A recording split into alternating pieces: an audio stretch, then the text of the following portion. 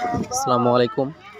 আমি আপনাদের মাঝে এখন দেখাবো কিভাবে গ্রাম অঞ্চলে মাছ মারা হয়। দেখেন এই হচ্ছে ছোট্ট একটি গ্রাম, যেখানে অনেক লোক নেমেছে মাছ মারার জন্য। শীতের বিকেলবেলা দেখেন কি পরিমাণ মাছ পেয়েছে। দেখেন পর্যাপ্ত মাছ, আরও অনেক মাছ ছিল, তারা অলরেডি বাড়িতে পাঠিয়ে দিয়েছে। এখন পর্যন্ত আরও যেখানে মাছ মারা হচ্ছে সেখান থেকে আরও গ্রামের সকলেই তারা মাছ মেরে বাড়িতে নিয়ে গেছে। এক একজন প্রায় 2 থেকে 3 বার করে নেমেছে, প্রচুর পরিমাণে মাছ মেরেছে।